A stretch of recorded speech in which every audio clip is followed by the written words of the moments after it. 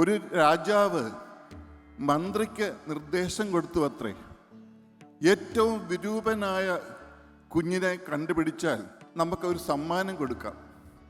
സൗന്ദര്യ മത്സരമൊക്കെ ഉണ്ടല്ലോ, അത് ഏറ്റവും സുന്ദരമായ ആൾക്കാർ അല്ലെങ്കിൽ സുന്ദരന്മാർ ഇവർക്കൊക്കെ ആ രാജ്യത്ത് സമ്മാനം കൊടുക്കാറുണ്ട്. ഏറ്റവും വിരൂപനായ ഒരു കുട്ടിക്ക് സമ്മാനം കൊടുക്കണം, രാജാവിൻ്റെ ചിന്തയാണ്. അങ്ങനെ മന്ത്രിയെ പറഞ്ഞയച്ചു. മന്ത്രി രാജ്യം മുഴുവനും സഞ്ചരിച്ചു. പക്ഷേ വിരൂപനായ കുഞ്ഞിനെ കാണാൻ പറ്റുന്നില്ല. കുട്ടികളുടെ നിഷ്കളങ്കമായ മുഖം നോക്കുമ്പോൾ അവിടെ വൈരൂപ്യം വെളിവാകുന്നില്ല. അവസാനം ആരൊക്കെയോ പറഞ്ഞ് ഒരു കുടിലെത്തി. അവിടെ ജന്മനാ വികൃതമായ ഒരു ശരീരവുമായിട്ട് കഴിയുന്ന ഒരു കുഞ്ഞിനെ അമ്മ മടിയിൽ വെച്ചുകൊണ്ടിരിക്കുന്നു.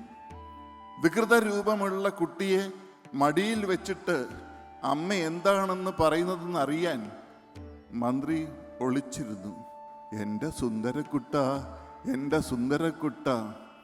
സ്നേഹം തുളുമ്പുന്ന മാതൃഹൃദയത്തിന് തൻ്റെ കുഞ്ഞിൽ സൗന്ദര്യം കാണാൻ സാധിക്കും എന്നതിന് അതിശയമില്ല.